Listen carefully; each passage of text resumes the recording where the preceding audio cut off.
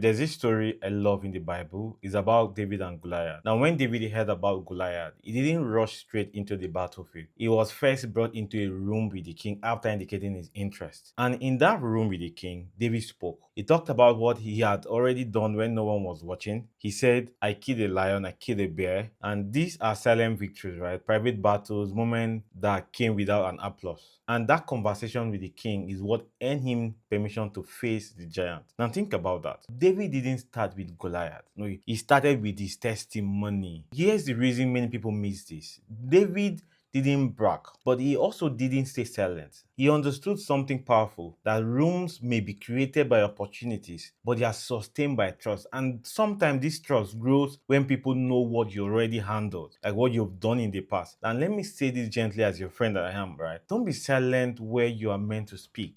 Some people are waiting for doors to open, right? But the rooms are quietly asking questions. Can we trust you? Have you done this before?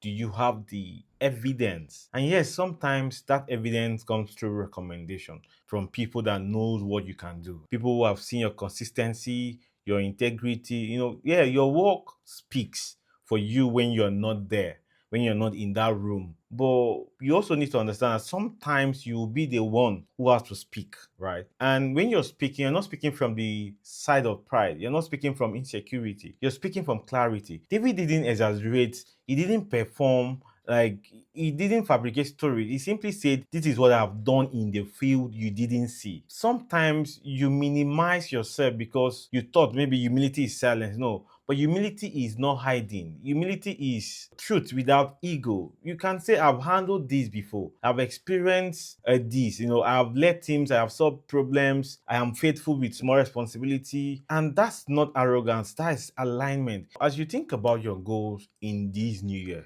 your plans, your new resolutions, there's one thing I want you to add to this. Learn to speak boldly about your competence. Not aggressively and not boastfully, but clearly. You have to stop hiding behind the statement like, I'm just an introvert. I don't like talking about myself. I will let my work speak. Yes, your work will speak, but don't let silence erase your value. Introversion is not an excuse for invisibility. You can be quiet and still be clear. You can be gentle and still be firm. You can be humble and still be heard. Now, let's bring this home. Every room you enter is not only looking at your potential, no. It's also looking for proof of stewardship. What did you do when the opportunity was small? When the platform was quiet? When no one was clapping? Those moments were not wasted, they became credentials. But credentials alone don't help if they stay buried in silence. So I want you to ask yourself this. What victories have I kept quiet that I now need to speak about with wisdom? What rooms am I praying for that requires me to articulate what I already know? In this new year